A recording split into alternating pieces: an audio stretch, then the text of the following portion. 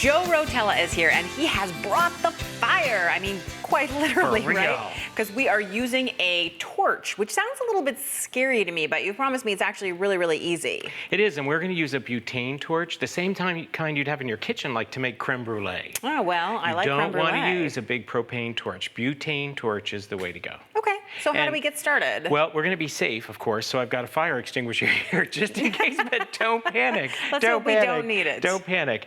And so we're going to make a tray. Now, this is one technique that I would say you should practice. Okay. Make sure you get it right. So I started by just cutting some wood into some blocks and one big piece. That's going to be the base of our tray. And then pre-drill some holes. That's going to put these little feet right on the bottom and holes for the handles on top. But I don't want to focus on that part because I like the fire part. I really like the fire part. So these stencils are metal.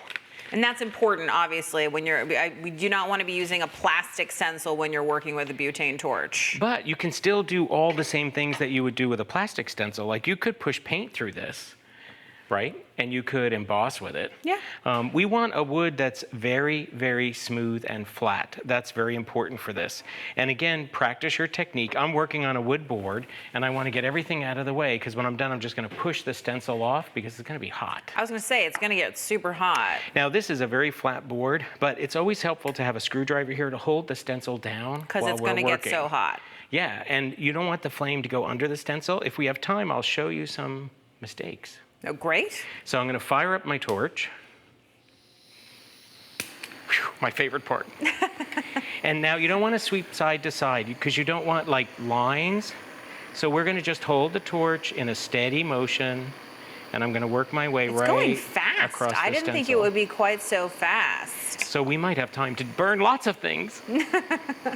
So obviously you're putting text on here, but I know that you can also do designs of all kinds. You have some samples here where I can see there's a bear and like a paw print, a dog bone. There are a lot of different choices. So you could go with a combination, which you see you've also done in a couple places. And they're even just the letters, so you could spell your own words.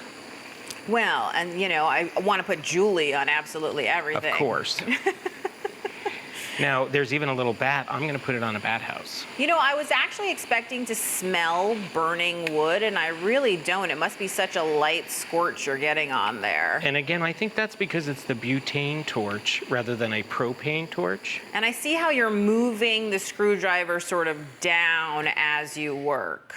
So we're all done. You don't want to touch this. Right. Just push it off. And that's why you have that big wood board underneath. And that's it. We just have to attach our handles, and we're good to go. That's amazing. Now, let me show you a couple of practice, because again, practice is really important here. I always say, you know, you're going to call them mistakes. That's what you said, but they're not mistakes. They're basically learning opportunities. Well, and you may want that effect. So here, this is an old 2x4. It's very rough. Okay. And I didn't hold the stencil down with a screwdriver, so it made these little marshmallow puffs. See the little marshmallow puffs? I do, but I kind of like the rougher look even a little bit. I think it's pretty cool. And on this side, I hit the wood with the torch first just to see what would happen, and then burned the word on top. And you can still see it. It's a little less legible. Yeah, yeah. Here, this again has a pretty rough surface. I mean, you can hear my nail maybe. Yeah, yeah. But you can see that it gave us those little lines where it hit every bit of grain. Interesting. And on particle board, I got this kind of a fuzzy look. Oh, it's so soft. Again, I didn't hold it down, but when I held it down with the screwdriver, it really kept it nice. And different woods, mahogany, redwood, aspen, they're all going to give you slightly different look. So that's just another good idea that you should practice, practice, practice. And the stencils are reusable. You just wash them down. They're ready to go. So we have the little woof to hold my dog leash when I take the dog for a walk.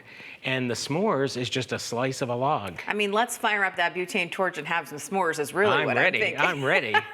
a little jewelry holder. I mean, really, it's anything you can think of. And what I think would be cool if you had a cabin is this bottle opener with the bear. Take the same bear stencil, red plaid material, push white paint through it to get bears, sew it up, and make pillows. And the pillows are going to match the wall piece. That's a really cute idea.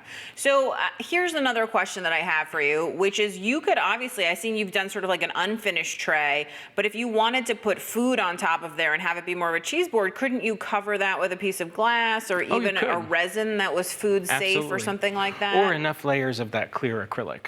So obviously you made this tray, but this would work just as well if you can find those unfinished wood pieces that they sell everywhere, right? Absolutely, absolutely. Is it easier to burn it if it's not a pre-made piece, or is it okay to do that? You know, in hindsight, this might have been easier to burn if I didn't put the legs on because it would hold flat. And I could have put two pieces side by side. Let's see if he's cool. He's cool now. I like that you're testing it with your hand. That down feels here, a little though, dangerous. down here.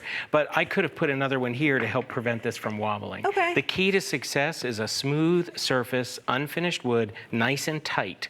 So I used the screwdriver to help balance this, but an extra block here would have held it in place and helped as well. And is there any difference when you're burning words versus an image? Because obviously there's a much larger open space like in the bear than there is in the text. Do you have to use the torch differently? So if we're going to do an image, like this is a fish, a bass, you either want to work top to bottom or like left to right.